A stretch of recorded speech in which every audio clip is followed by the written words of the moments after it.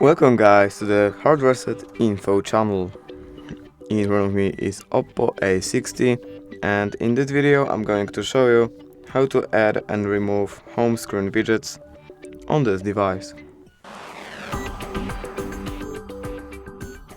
Alright, so firstly to do this we have to hold on our wallpaper like this, and now here we have to click on the widgets.